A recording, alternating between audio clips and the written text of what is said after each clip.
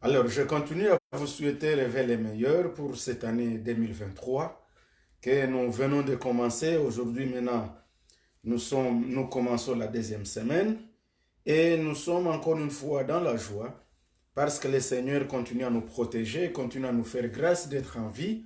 Et merci pour la présence de tout un chacun. Merci à tous. Vous nous avez soutenus au cours de toute l'année. Vous avez suivi les enseignements, vous avez suivi, vous avez réagi. Alors que Dieu vous bénisse et qu'il continue à vous bénir. Bienvenue encore une fois.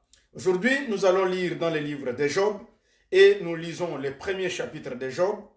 Et là, nous allons tout simplement au verset 5. Job chapitre 1er, le verset 5. La Bible nous dit ce qui suit.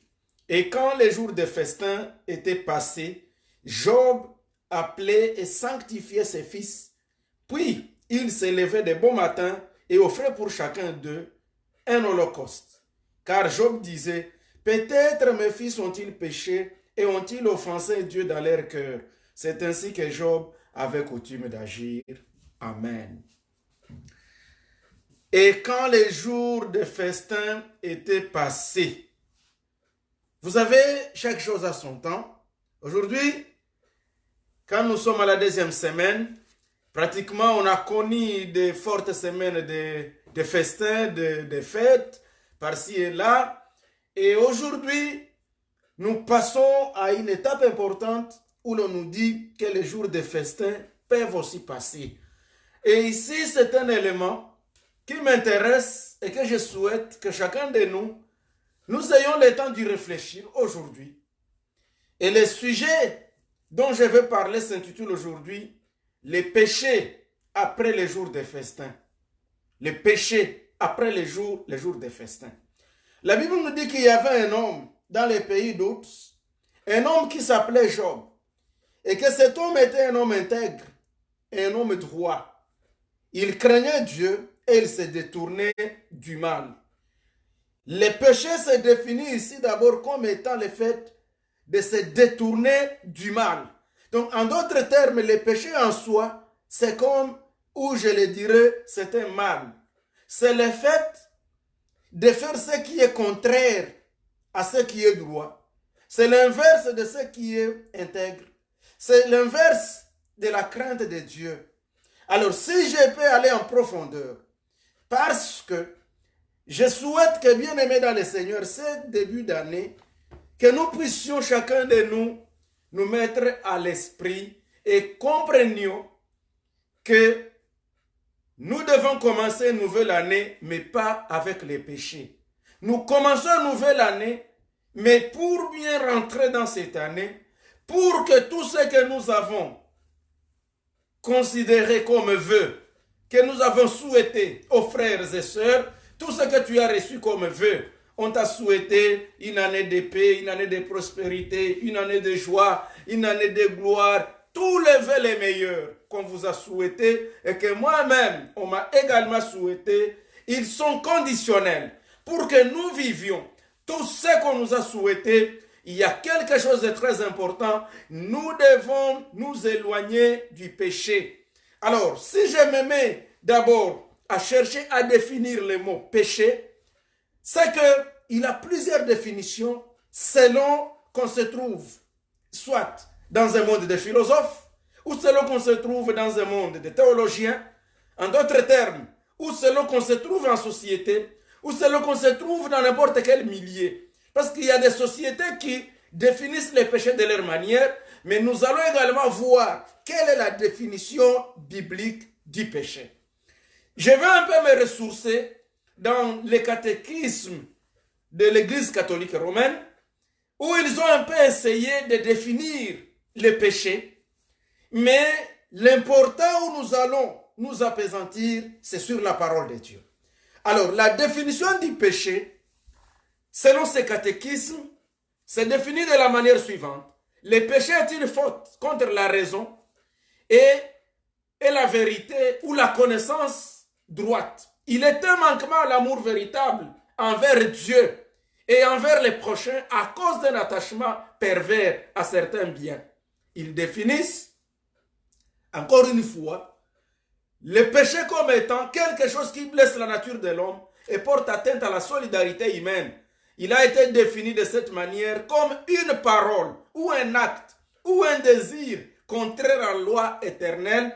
Ici, c'est selon saint Augustin, un père de l'Église, quand vous lisez dans les Contrafostes 22, ici, saint Augustin, un père de l'Église parmi les grands fondateurs de la foi chrétienne, ici, ou parmi ceux-là qui ont défini la foi chrétienne, saint Augustin, lui, définissait le péché comme étant une parole ou un acte ou un désir contraire à la loi éternelle. Donc tout ce qu'on peut faire, tout ce que nous faisons, qui soit contraire à la loi de Dieu, saint Augustin définit ça comme un péché. En effet, selon le psaume 51, verset 6, la Bible définit le péché comme étant tout simplement tout ce qui est contre Dieu. Et si nous pouvons lire ensemble, le péché donc c'est une offense à l'égard de Dieu. Et la Bible dit, contre toi, toi seul, j'ai péché. Ce qui est mal à tes yeux, je l'ai fait. Donc, c'est lorsque nous faisons ce qui est mal aux yeux de Dieu, qu'alors nous disons que nous avons péché. Et je souhaite, bien aimé dans le Seigneur, qu'au début de cette année, que chacun de nous mette à l'esprit que nous sommes là et nous devons éviter les péchés. En d'autres termes, nous devons éviter tout ce qui est contraire à la volonté de Dieu, tout ce qui est contraire au plan de Dieu, pour que nous puissions voir les vœux, les souhaits, tous les bonheurs dont on nous a parlé, pour que nous puissions les voir s'accomplir. Et au-delà de tout ça, je dirais, parce qu'il y aura également des combats, il y aura également des défis, il y aura également des attaques du diable, il y aura beaucoup d'histoires parce que, comme je vous l'ai dit autrefois là, tout ne se passera pas exactement tel que tu l'as planifié. Mais sache une chose, que devant tous les défis que tu auras, si jamais tu es en bonne relation avec Dieu, alors tu seras victorieux. Donc pour que Dieu aussi te soutienne, pour que Dieu aussi soit ton défenseur, pour que Dieu soit ton avocat, pour qu'il soit ton soutien, au cours de cette année, tu dois bien garder la relation avec lui. En d'autres termes, tu dois éviter les péchés. C'est ainsi donc, comme les péchés se dressent, les péchés se dressent donc contre l'amour de Dieu. Parce que les péchés, bien aimés dans le Seigneur, nos cœurs devant Dieu sont censés être pire. C'est pourquoi je dis donc, alors comme le péché premier, c'était la désobéissance, donc contre l'amour de Dieu, la désobéissance contre le plan de Dieu, quand nous lisons dans Genèse 3, verset 5, où la Bible nous dit ce qui suit. Comme le péché premier, il est une désobéissance, une révolte contre Dieu. Donc la volonté de devenir comme des dieux connaissant et déterminant les biens et les mal.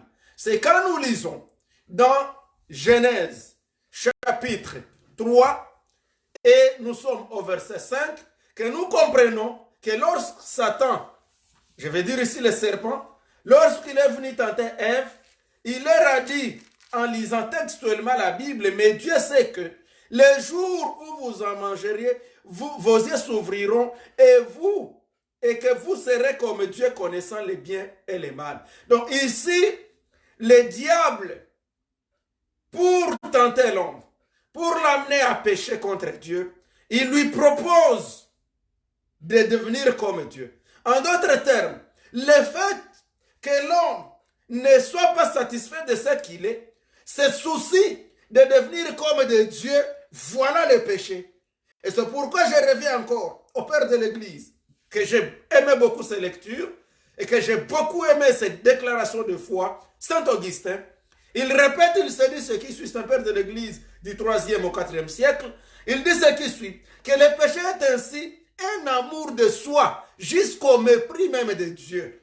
Donc tu t'aimes, c'est la raison pour laquelle ici, on parle même du fait de vouloir être comme des dieux. Donc, c'est un amour extrême, selon Saint Augustin, de soi, jusqu'à ce que tu deviens contre Dieu. Et par cette exaltation de soi-même, ça devient de l'orgueil de soi. Le péché, donc, il devient diamétralement opposé à l'obéissance même de Jésus qui accomplit le salut. Donc, une fois, nous pensons à nous-mêmes, nous ne voulons plus penser à Dieu, là nous commettons des péchés. Effectivement, c'est la raison pour laquelle aujourd'hui, beaucoup de gens tombent dans les péchés parce que nous ne définissons plus les péchés selon la parole de Dieu, selon Dieu lui-même, qui est l'initiateur même de la loi du salut, mais nous définissons le péché maintenant comme notre entendement. Et c'est là où le monde est en train de se perdre aujourd'hui, bien aimé dans le Seigneur. Quand vous regardez aujourd'hui, vous dites à quelqu'un que voilà, ce que tu fais n'est pas correct. Vous dites à quelqu'un, tu ne peux pas être un homme et prendre un autre homme comme femme. Quand nous leur disons que l'homosexualité n'est pas biblique, c'est contraire à la parole de Dieu. Le lesbianisme, c'est contraire à la parole de Dieu. Quand nous disons que l'alcoolisme, c'est contraire à la parole de Dieu. Quand nous disons que la prostitution, c'est contraire à la parole de Dieu. Quand nous disons que l'adultère, l'impudicité, c'est contraire à la parole de Dieu. Et chacun se dit, mais à qui est-ce que j'ai offensé? C'est mon souci. Moi-même, j'ai compris, moi je ne voudrais pas vivre avec un autre homme, mais je vais avec une femme, mais je vais vivre avec un autre homme. Or, la Bible dit, tu ne coucheras pas avec un homme comme on couche avec une femme. Ça, c'est la loi de Dieu. Et ça, c'est Dieu qui le dit. Alors, le péché se définit donc comme étant la façon de définir toi-même ce qui est péché et ce qui ne l'est pas. Et c'est là où le monde aujourd'hui est en train de se perdre. Et pourtant, bien aimé dans le Seigneur, lorsque Dieu a créé l'homme, il l'a placé dans le jardin d'Éden. Et en mettant l'homme dans le jardin d'Éden, il lui a donné une loi. La loi ici, je sous-entends donc des limites. En fait, moi, je dirais aussi que péché signifie aller au-delà des limites qui nous sont fixées. Ça, c'est ma définition. Donc, le fait qu'il y a une limite, on te dit, le Seigneur dit à Adam et Ève, vous ne toucherez pas sur le fruit de l'arbre de la connaissance du bien et du mal. Mais le serpent vient dire, mais non, vous devez toucher.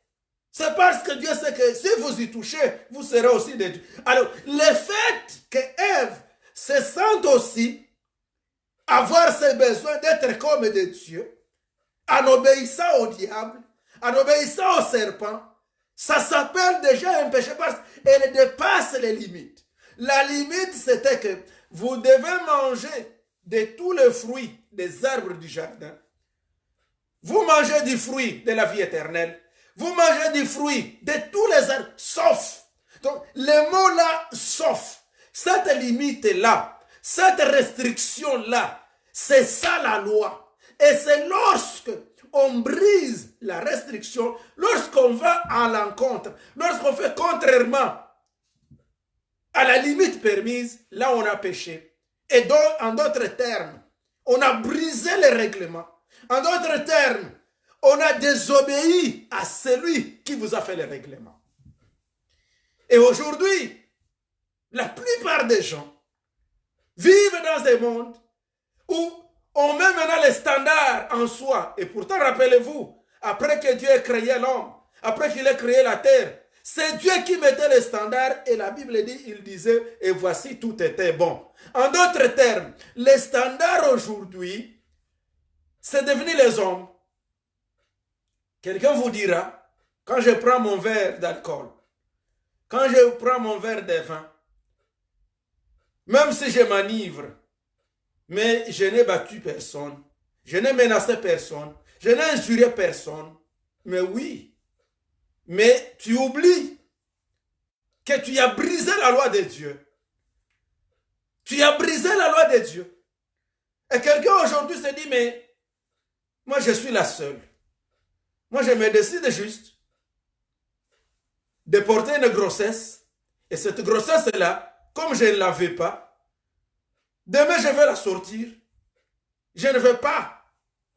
Donc même si je tue, ça ne me fait rien. Donc on fait un avortement volontaire. un suicide volontaire et on s'est dit, c'est mon corps. Et pourtant, rappelez-vous, selon la loi de Dieu, vous ne vous appartenez plus. Selon la loi de Dieu, la Bible nous dit dans 1 Corinthiens, ne savez-vous pas que votre corps est le temple du Saint-Esprit? Et si vous détruisez le temple du Saint-Esprit, il vous détruira aussi. Que le Seigneur nous aide. Donc, le péché, bien-aimé dans le Seigneur, il est tellement méchant, il est tellement ancré dans la nature de l'homme, qu'on commence à créer soi-même les standards. Et nous commençons à croire que le péché se définit selon nous autres. Non, écoute un peu. Il existe une définition philosophique du péché. Et selon cette définition philosophique du péché, le péché a un caractère objectif. C'est une faute contre la raison, contre la vérité et contre la conscience droite. Voilà comment les philosophes conçoivent le péché. Donc quand vous faites une faute contre ce qui est raisonnable, contre ce qui est la vérité, contre ce qui est la conscience droite, ils appellent ça un péché. Mais aussi, ils disent qu'également le péché a une source. Et sa source, c'est le manquement de l'amour véritable envers Dieu et envers les prochains. Mais aussi, et à cause d'un attachement pervers à certains biens. Voilà comment les philosophes, et ils définissent le péché, et ils arrivent même à dire que l'effet du péché, c'est que le péché blesse la nature de l'homme, et il porte atteinte même à la solidarité humaine.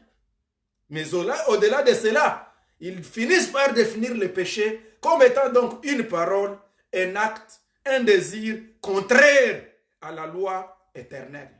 Donc, pour les philosophes, tout ce qu'on fait qui est contraire à la loi éternelle, ils appellent ça péché. Mais je vais vous dire, là ça ne suffit pas. C'est une définition incomplète. Bien qu'elle a certains éléments, elle est incomplète. Parce que le péché ne se définit pas en rapport avec la situation humaine. Le péché ne se définit pas en rapport avec tout ce que nous connaissons comme une loi de la nature. Mais le péché, c'est d'abord un lien avec la loi de Dieu. Parce que c'est Dieu qui a créé l'homme. Donc la relation de Dieu et de l'homme, donc entre Dieu et l'homme, c'est cette relation-là entre Dieu et l'homme qui tient des liens. Et ces liens, Dieu a aimé l'homme. Il a soufflé son souffle de vie en lui. Il lui a donné toute autorité. Dieu nous a donné le pouvoir d'assujettir. Donc il a fait un jardin d'Éden et il a placé l'homme pour l'assujettir. Donc cette confiance-là, cet amour-là que Dieu a placé à l'homme, cette autorité-là, après avoir créé tous les animaux, la Bible nous dit, il a tout créé et c'est à l'homme qu'il a soufflé son souffle de vie. C'est à l'homme, c'est l'homme qui l'a fait son représentant. Alors cette relation-là, cette intimité-là, cet amour-là, le fait de briser cet amour, le fait de briser cette relation, le fait de briser cette confiance, voilà le péché. Donc, en termes théologiques, le péché a un caractère personnel. Et c'est défini donc comme étant une offense à l'égard de Dieu. Parce que là, vous brisez la relation avec Dieu. Ça signifie quoi? Même si vous faites quelque chose qui vous plaît, vous êtes à 2, à 3, vous êtes à 4. Même si vous faites quelque chose qui plaît la nature, dès lors que votre chose que vous faites là est contraire au plan de Dieu, c'est un péché. Et c'est là maintenant que les humains se trouvent confondus. Vous pouvez vous réunir dans un parlement, vous décidez d'une loi et vous dites désormais ceci est accepté. On ne disconvient pas. Mais le péché c'est quoi? Dès lors que votre loi là est contraire à la loi de Dieu, est contraire au plan de Dieu, est contraire à la conception de Dieu du péché, sachez bien aimés dans le Seigneur que vous êtes dans la perdition. Que Dieu nous pardonne et qu'il nous aide. Alors l'effet du péché, c'est que c'est la raison pour laquelle nous l'avons bien défini, qu'il est personnel. Donc c'est quelque chose que vous faites contre Dieu. C'est ce que le psaume 51, verset 6 nous a dit. Et pour cela, qui veulent, je peux toujours relire ces versets-là, parce que il faut que nous comprenions pourquoi Job devait revenir toutes les fois. Et la Bible nous dit que Job, toutes les fois quand ses enfants terminaient le festin, la fête, parce qu'il avait 10 enfants, il avait 3 filles et 7 garçons, c'était un homme riche, un homme fort, et cet homme-là, lui était intègre. Mais lui, il se disait, mes enfants ici, là ils sont allés dans leur fête, dans leur festin, peut-être qu'ils ont péché contre Dieu. Peut-être qu'ils ont brisé la loi de Dieu. Alors, ils donnaient des holocaustes, ils donnaient des offrandes et ils faisaient la prière pour demander le pardon pour ses péchés. Que Dieu nous aide. Que Dieu nous aide. Alléluia.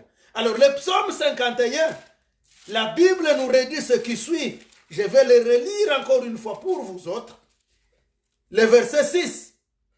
J'ai péché contre toi et j'ai fait ce qui est mal à tes yeux, en sorte que tu seras juste dans ta sentence, sans reproche, sans ton jugement. Amen. Et il dit au verset 7, voici, je suis né dans l'iniquité et ma mère m'a conçu dans les péchés, que Dieu nous pardonne. Ceci donc, ça nous amène à comprendre que d'une manière théologique, les péchés, ils se dressent contre l'amour de Dieu pour nous. Donc Dieu nous a tant aimés. Il nous a placés avec toute confiance dans les jardins d'Éden, dans tout le bonheur. Mais nous en avons fait mauvais usage. Nous avons perdu la confiance de Dieu. C'est ça le péché. Et aujourd'hui, nous souhaitons bien aimer dans le Seigneur. Nous vous souhaitons tous les vœux, tous les meilleurs. Pour que vous y arriviez, nous devons rétablir la relation avec Dieu. Nous devons y arriver. Et donc, comme le péché premier, c'était la désobéissance, une révolte contre Dieu par la volonté de devenir comme des dieux, comme on l'a lu dans Genèse 3:5. Ainsi donc, en voulant connaître les biens et les mal, ainsi donc le péché, c'est un amour de soi. Donc là, vous vous aimez jusqu'au mépris même de Dieu. C'est ainsi que par extension, ça s'appelle un orgueil de soi. Donc c'est une exaltation orgueilleuse. Tu t'enorgueillis.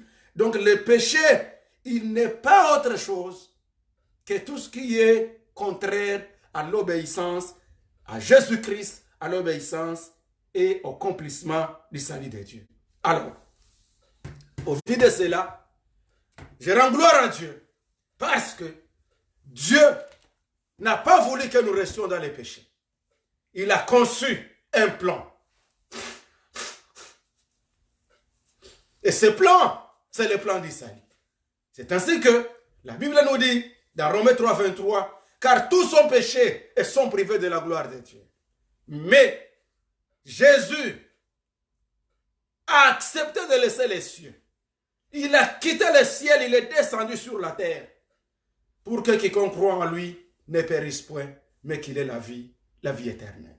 C'est pourquoi, quand nous venons de lire le texte de Job, Job a compris ces choses. Peut-être mes enfants ont péché. Alors, pour ne pas vous amener très loin, pour aujourd'hui, je veux juste nous dire, nous tous, nous avons une nouvelle année devant nous.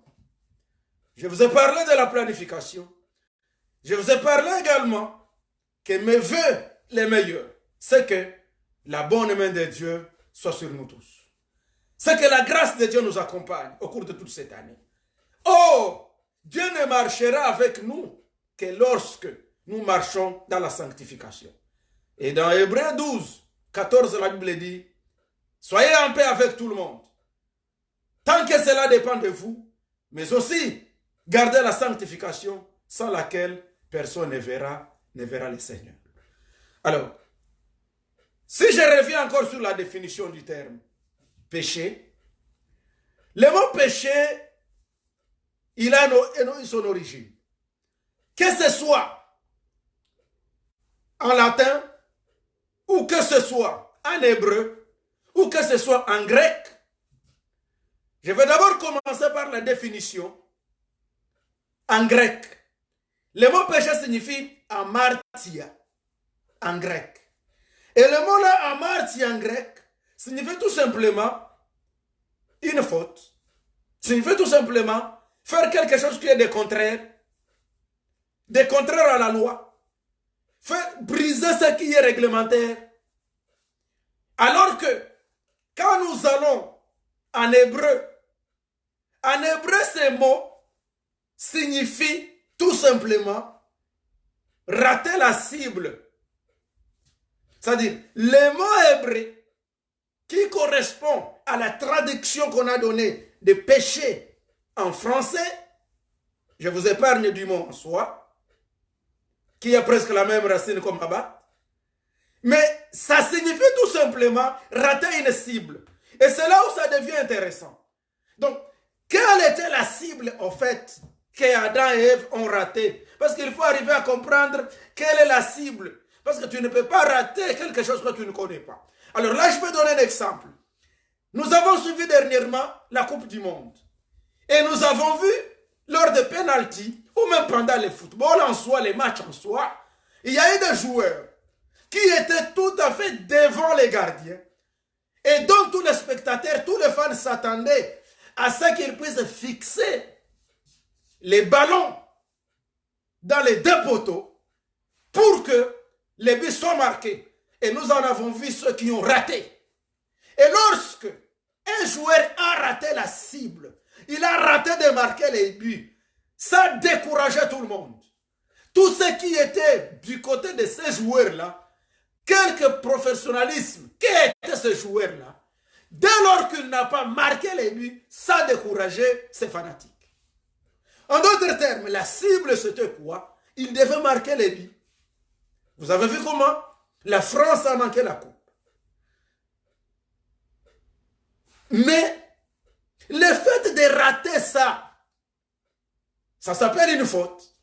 Mais dans la loi de Dieu, ça s'appelle un péché. Et de même, Dieu, la cible pour Adam et Ève, c'était de manger de tous les fruits, des arbres du jardin, sauf du fruit de l'arbre de la connaissance du bien et du mal. Alors, le fait d'aller manger les fruits qui étaient interdits, de toucher sur l'arbre de la connaissance du bien et du mal et d'en manger les fruits, ça s'appelle rater la cible.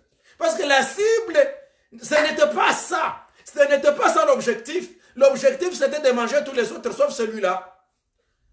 Voilà la vraie définition même du péché. Quel est le plan de Dieu? Le plan de Dieu pour toi, c'était de vivre en harmonie avec Dieu.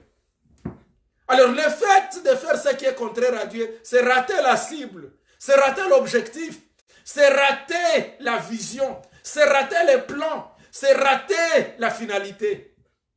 C'est la raison pour laquelle le péché nous fera manquer le ciel. Parce que quand vous ratez la cible, or la cible, c'est marcher conformément à la loi de Dieu. La cible, c'est obéir à Dieu. La cible, c'est éviter les péchés. Alors quand vous commettez le péché, vous ratez la cible. Or comme vous ratez la cible, donc vous ratez le chemin. Et quand vous ratez le chemin, vous êtes perdu. Et quand vous êtes perdu, vous manquez le ciel. Et ça, c'est quelque chose que la plupart des gens aujourd'hui font semblant de ne plus comprendre que le péché va nous amener à manquer un jour le royaume de Dieu. Que Dieu nous pardonne. Et je vais vous dire, mes amis dans le Seigneur, ce que j'aime pour Dieu, le péché est le même. Comme l'amour de Dieu ne dépend pas du lieu où tu es, le péché non plus. Il y en a qui croient que quand vous êtes dans de grandes villes, tout vous est permis. Mais je vais vous dire non. Il y en a qui pensent que quand on est seul, tout vous est permis. Il y en a qui pensent que quand vous êtes en avion, où personne ne vous voit, tout vous est permis. Je vous dis non. Dieu est toujours là. Quel que soit là où vous êtes, vous devez avoir la crainte de Dieu. La Bible nous dit, Job craignait Dieu, Job était intègre, Job aimait Dieu, Job a supporté et Job priait pour ses enfants. Que Dieu nous aide. Bien-aimés, le péché est mauvais. Et ce que nous devons faire, repentons-nous. Nous sommes au début de l'année. Ne rate pas la cible. La seule manière de revenir sur le droit chemin, c'est confesser tes péchés, dire Seigneur Jésus, je reconnais mes péchés, j'ai péché contre toi, pardonne-moi. là tu vas revenir dans la cible. Souvenez-vous de l'enfant prodigue. La cible, c'était qu'il reste avec son père. C'était qu'il jouisse de tous les biens de son père. Mais il a raté. Il est allé se perdre. Il est allé et il s'est retrouvé en train de nourrir les cochons, les porcs, de chercher même à envier, de manger la nourriture des porceaux. Il avait raté la cible parce qu'il n'était pas censé se retrouver là-bas. Mais heureusement pour lui, il est revenu en soi-même. Il s'est dit, je vais retourner auprès de mon père. Il est retourné auprès de son père et quand son père l'a vu, il l'a reçu avec joie. Il l'a pardonné et il l'a couronné. Savez-vous que Jésus-Christ vous attend encore? Il m'attend, il vous attend. Peu importe là où vous êtes allé loin de Dieu. Peu importe les degrés où tu es arrivé dans l'alcoolisme, dans la prostitution. Peu importe les degrés où tu es arrivé dans les mensonges, dans la tricherie, dans la corruption, dans l'envie, dans la gourmandise. Peu importe là où vous êtes allé. Revenez. Le Seigneur Jésus a besoin de vous. Il crie, où es-tu, où es-tu? Comme il a dit à Adam, où es-tu, où es-tu? Il est là à ta recherche. Il a besoin de te pardonner. Il a besoin de te sanctifier. Quand j'ai médité sur ce sujet, je me suis posé la question, quel était le pouvoir? Quelle était la puissance du péché sur ce monde jusqu'à ce que Jésus ait donné sa vie? Jésus n'a pas donné sa vie sur autre chose en dehors du fait que nous puissions être pardonnés de tous nos péchés. Si Jésus est allé sur la croix, c'était pour plaider auprès du Père que nous soyons pardonnés de nos péchés. C'est pourquoi je vous invite. Nous commençons une année bien-aimée dans le Seigneur. Je ne sais pas à qui je parle, mais je sais que Dieu te connaît. Il sait où est-ce que tu es. Tu peux commettre des péchés en secret. Tes parents ne savent rien de ce que tu fais. Ton mari, ton épouse, tes amis, ta femme ne sait rien de ce que tu fais. Mais Dieu te voit. Dieu nous voit. Repentons-nous. La grâce est encore disponible. Et Job se disait, peut-être mes enfants ont péché. Peut-être ils ont péché. Et il était prêt à venir demander pardon pour ses enfants. Mes frères et sœurs, le monde va très mal. Le monde va très mal et Jésus est à la porte. Et ceux qui ont raté la cible, ils ont raté le chemin. Ils ne vont pas entrer au ciel. Or, Jésus est le seul chemin, la vie et la vérité. Venez à lui. Vous tous qui êtes fatigués et chargés, il nous donnera du repos. Il est là. Mais vous pouvez me dire, mais pasteur, comment je vais y arriver? Réagissez à ce message et je vais prier pour vous. Envoyez-moi un message et je vais prier pour vous. Et même là où vous êtes, s'il y a des serviteurs de Dieu que vous connaissez, allez auprès d'eux, demandez-leur de prier pour vous. Confessez vos péchés, bien-aimés dans le Seigneur. Aujourd'hui, l'affaire est devenue très compliquée. Les gens pêchent et ils ne se repentent plus. Les gens communient la Sainte Seine sans conscience ni loi. Bien-aimés, le jugement de Dieu arrive. Repentons-nous. Le péché tue, car le salaire du péché, c'est la mort. Mais le don gratuit de Dieu, c'est la vie éternelle en Jésus-Christ. Nous sommes dans les foyers. Est-ce que tu es encore fidèle à ton épouse? Est-ce que tu es encore fidèle à ton mari? Est-ce que tu es encore fidèle dans tes activités devant le Seigneur?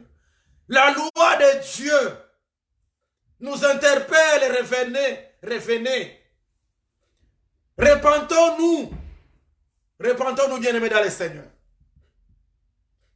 Il y en a qui aujourd'hui manipulent même les versets bibliques pour couvrir leurs péchés. Mais je vais vous assurer une chose. On ne corrompt pas Dieu et il ne sera jamais corrompu. Et lui, notre Seigneur, la Bible nous dit, il est lent à la colère. Ça ne signifie pas qu'il n'est pas colérique.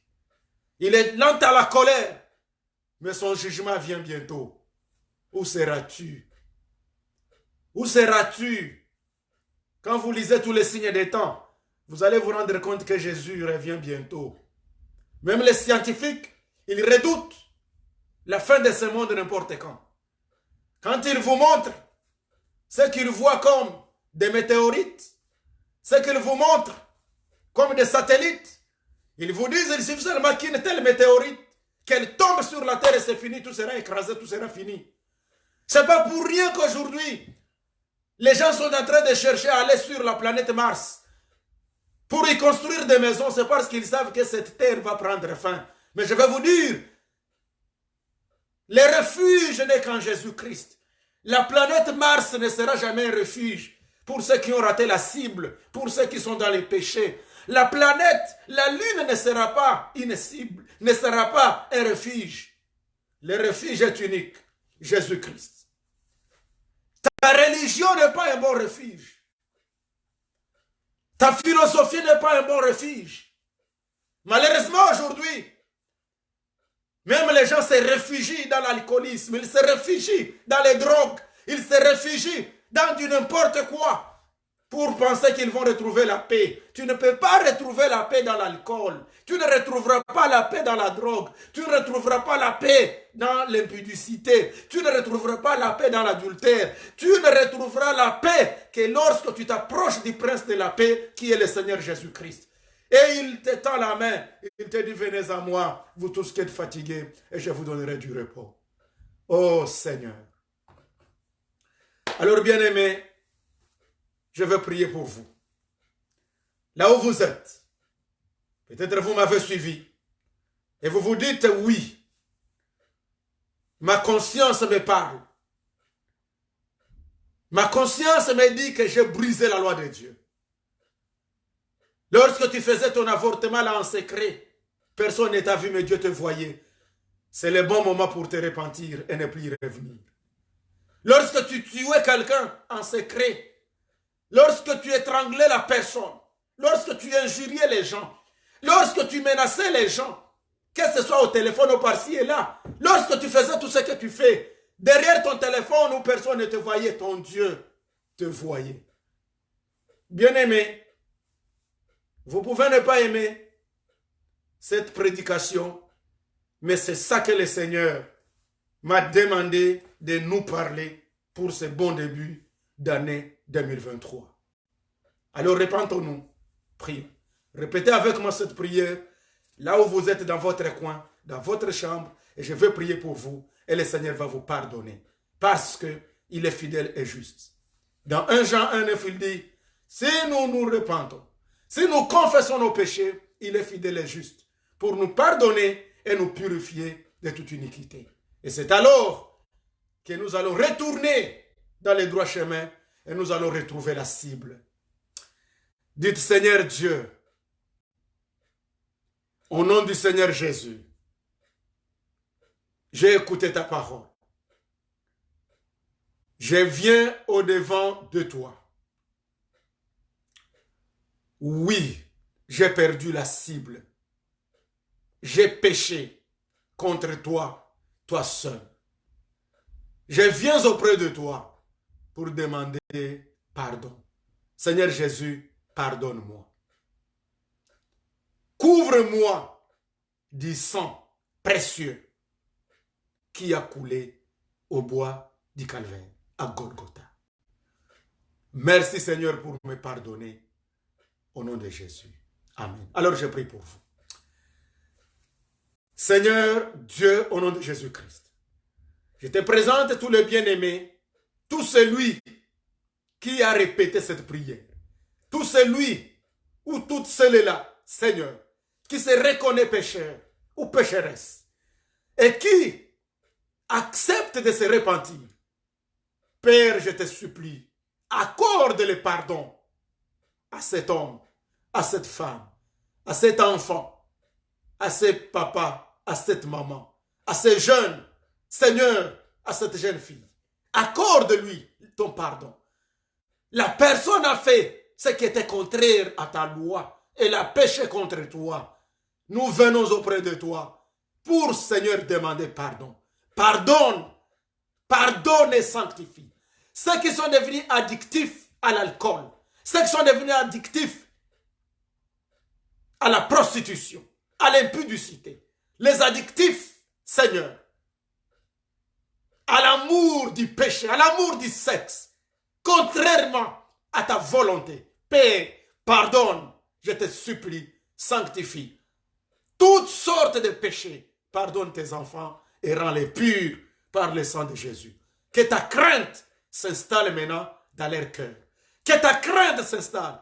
Saint-Esprit, prenez la place et guidez cet homme, guidez cette femme au nom de Jésus. Amen. Que Dieu vous bénisse. Alors dès aujourd'hui, si vous avez reçu Jésus comme Seigneur et Sauveur dans votre vie, pour la première fois aujourd'hui, alors je vous invite à chercher une église auprès de vous, où vous pouvez aller. Et si du moins, vous le souhaitez, je vous invite à suivre ces émissions chaque dimanche sur Facebook. Et vous pouvez me retrouver sur YouTube. Et là, vous serez grandement bénis. Alors, si vous tournez sur YouTube, allez-y, vous allez trouver Mwami Chokoro qui vous salue et vous bénit. J'ai besoin de vos réactions au nom de Jésus. Que Dieu vous bénisse. Amen.